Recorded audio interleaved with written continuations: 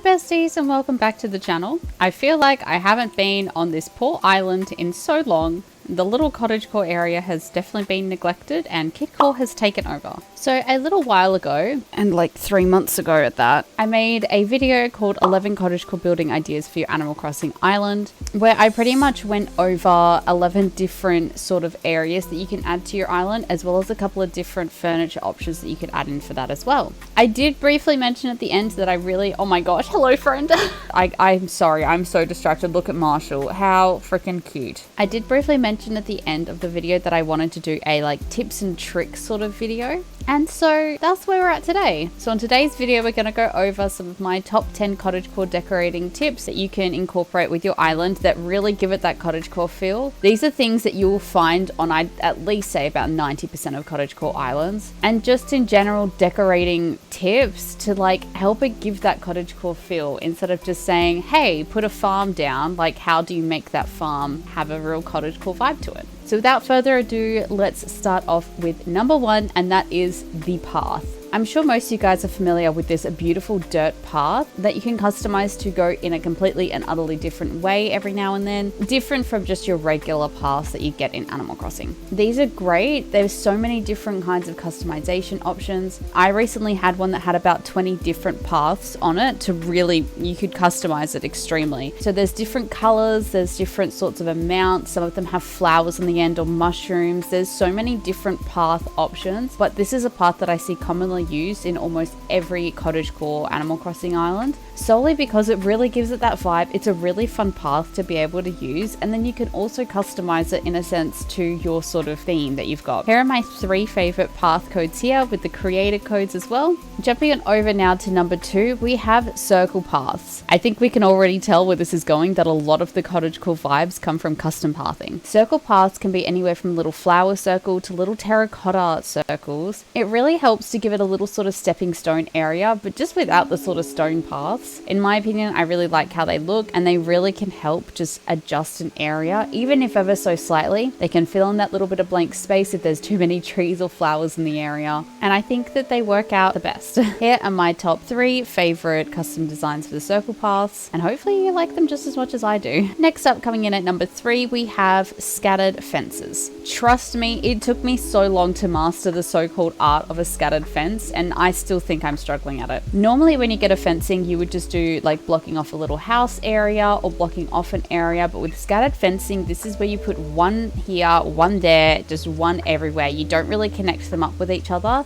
They can go different ways, different sides, all that sort of stuff, and it just helps to sort of like break up the area, I feel. They look so good when done right, and don't fret if you're like, I really want to do this, but I can never get it done right. It took me so long to get it done right, so don't stress, play around with it, and then soon you'll get it and you'll love your area. The best fence I recommend for this one is country fencing. However, you can also semi-achieve the effect with simple fencing and also hedges. Coming in at number 4, we have planting bush starts. They can be any particular bush start that sprouts in any season, but it really just helps to add a smaller like shrubbery area instead of it just being flowers. The bush starts are the greatest things ever in my opinion. Even if there's no flowers on them, they look really good, and they just look so much different to what a hedge fence looks like, and I think that they work out a lot better. I normally just tend to scatter them around like I do with fences and flowers, and I feel that that really helps out. And then of course you can always do something like a little flower circle. There are just so many different decorating options with the bush starts. I don't really recommend any ones in particular. There's a lot that I think work out, but anything of a brighter color like a purple or a blue flower on it, I think wouldn't super fit in with the island. Next up, let's have a look at some trees, and particularly pine trees. I think that the pine trees work out better in the cottagecore island because it's darker and it works out with the theme a lot better. However, having fruit trees is obviously really helpful, especially if you're trying to make some money in the game and also get all those achievements, as well as cedar trees as well. I think in general, having trees in your island, maybe even like a covered tree area, just scattered trees around, is a great idea. But if you're trying to pick which kind of tree you should plant, I would definitely recommend a pine tree. Coming in at number 6, let's touch some base with some flowers. Flowers are a great way to decorate any island, whether it's cottagecore or not.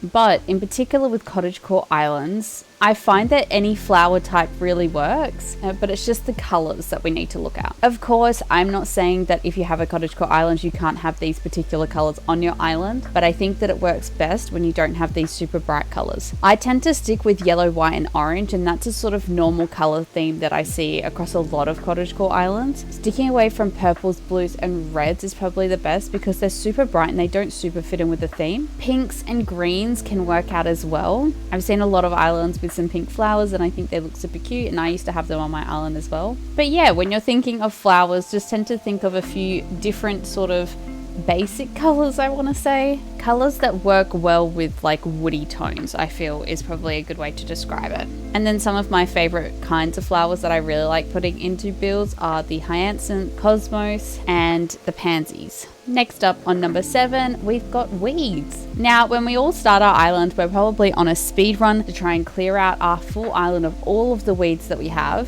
But when you do that, try not to sell all of them because the first level / baby weeds, I call them, they make for great decorations. They look really nice. They can help fill that tiny little spot that you need to. They go really well with flowers or an open area, as well as with trees or near houses. This one's a little bit more difficult because when they get super unruly, they don't look as good as they do when they're small. So it's constant sort of cleaning up in a way, but they do look really nice and I promise that it is worth it.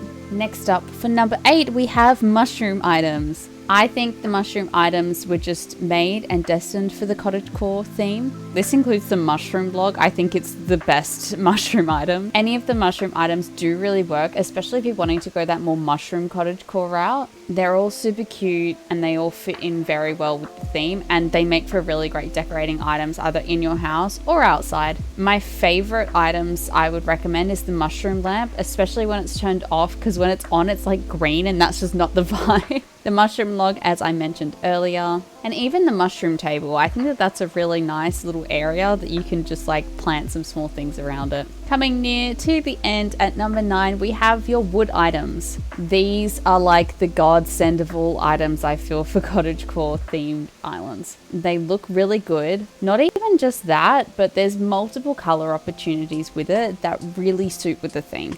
And these can be made to use bigger areas such as a shop, a picnic area, a library, and more. Or they can be small things like decorations, like putting log stakes around, putting a little bench here, there, and everywhere, or even log stools around. Some of my favorite wood items, number 1 is definitely the log stakes. I think that they are one of the best cottagecore items. They fit in so many areas and look amazing. I would definitely also recommend the bench. And lastly, the log stool. And lastly, we're finishing off with another custom path recommendation, and these are flower paths. These are so cool. I was really skeptical of flower paths at first, and I use them so much and so often. They're really great because you can get different kind of colored flowers and different kinds of flowers as well. It doesn't have to be a straight flower. It can be different sorts of things. People do weeds and clovers as well as like grass paths as well. They can just really help to add a little bit more personality, I guess, to the island. I think they're really cool. Up here are 3 of my favorite flower path designs. Yeah, maybe try popping a flower path down on your island if you don't already, because I guarantee you're going to fall in love with it and then you will never go back. Anyway, besties, that ends this video. I feel a very short little guide we've got going on here, but nonetheless, I hope that you enjoyed it. I feel like we've touched base with a lot of cottagecore tips. I think we might touch kidcore next, and let me know if any of these decorating tips helped you out to finish off your island. And feel free to join the Discord and show those pics in there. Anyway, as always, I will catch all of you guys on my next video. Bye everybody!